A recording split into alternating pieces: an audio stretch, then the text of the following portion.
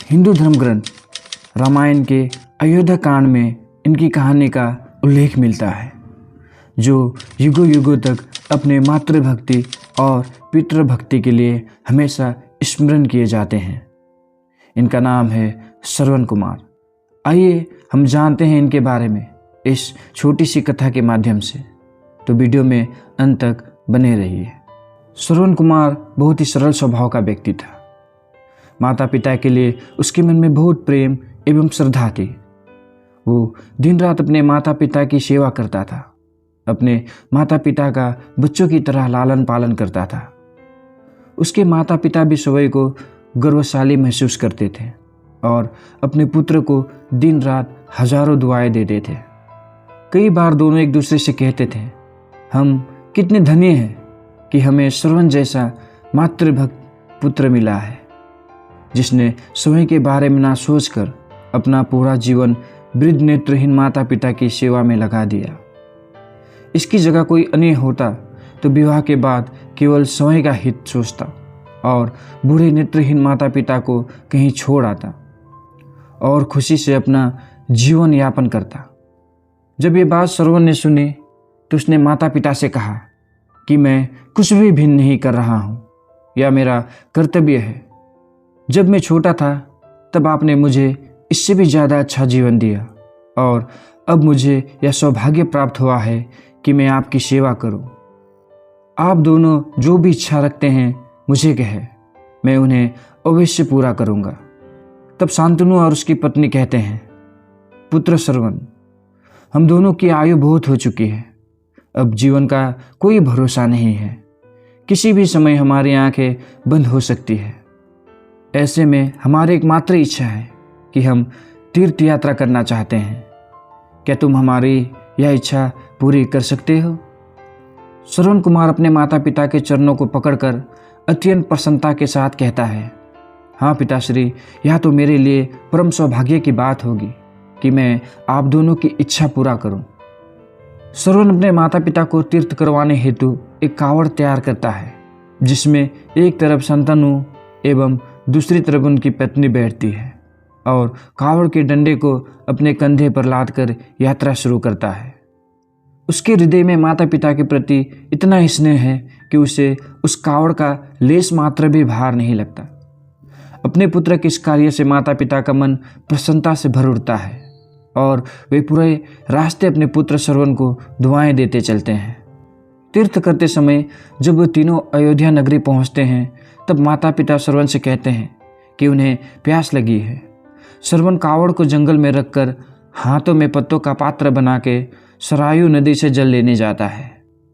उसी समय उस वन में अयोध्या के राजा दशरथ शिकार पे निकले थे और उस घने वन में वह हिरण को शिकार बनाने के लिए उनका पीछा कर रहे थे। तब उन्हें घने जंगल में झाड़ियों के पार सरयू नदी से पानी की हलचल की आवाज़ आती है।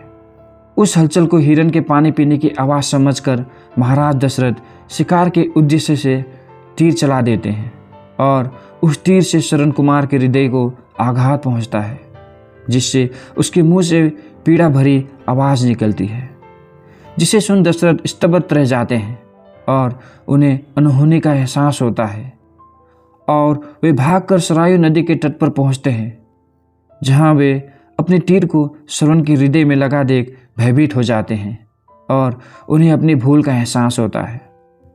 राजा दशरथ श्रवण कुमार के समीप जाकर उसे क्षमा मांगते हैं। तब अंतिम सांस लेता श्रवण कुमार महाराज दशरथ को अपने वृद्ध नेत्रहीन माता पिता के बारे में बताता है और कहता है कि वे प्यासे हैं, उन्हें जाकर पानी पिला दो और उसके बाद उन्हें मेरे बारे में कहना। और इतना कहकर श्रवण कुमार मृत्यु को प्राप्त हो जाता है।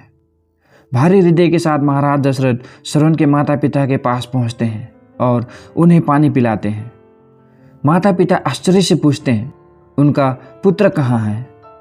वे भले ही नेत्रहीन हो, पर वे दोनों अपने पुत्र को आहार से ही समझ लेते थे।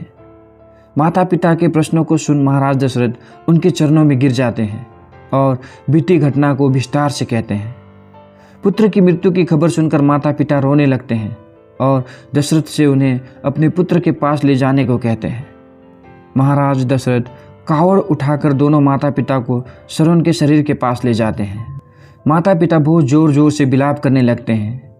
उनके विलाप को देख महाराज दशरथ को अत्यंत गालिनी का आभास होता है और वे अपनी करने की क्षमा याचना करते हैं। लेकिन दुखी पिता संतनु महाराज दशरथ को श्राप देते हैं कि जिस तरह मैं संतानों पुत्रों वियोग में मरूंगा, उसी प्रकार तुम भी पुत्रों वियोग में मरोगे। इतना कहकर दोनों माता पिता अपने शरीर को त्याग मृत्यु को प्राप्त हो जाते हैं। कहा जाता है कि दशरथ को इसी श्राप के कारण भगवान राम से 14 वर्षों के लिए अलग होना पड़ा था और यह माता कैकेयी के वचन के कारण हुआ था। महाराज दशरथ की मृत्यु पुत्र वियोग में ही होती है। वे अंतिम दिनों में अपने संतानों के कहे शब्द याद आते हैं और वे राम के वियोग में अपना शरीर त्याग देते हैं। हमें यह कहानी यह शिक्षा देती है कि बिना लक्ष्य को देके उसे भेदना कई बार आपको गलती का पात्र बना देता है और आप ना चाहते हुए भी दूसरों का दुख का कारण बनते हैं। स्वर्ण कुमार अपने माता पिता के भक्ति के कारण ही पुराणों में जीवित है। स्वर्ण कुमार सदैव अपनी मातृभक्ति के लिए जाने जाते हैं और उन्हीं की कहानी सुनाकर माता पिता अपने बच्चों को उपदेश देते हैं। धन्यवाद। यह वीडियो यहीं पर समाप्त होती है। आपको यह वीडियो कैसा लगा आप हमें कमेंट करके बताइए।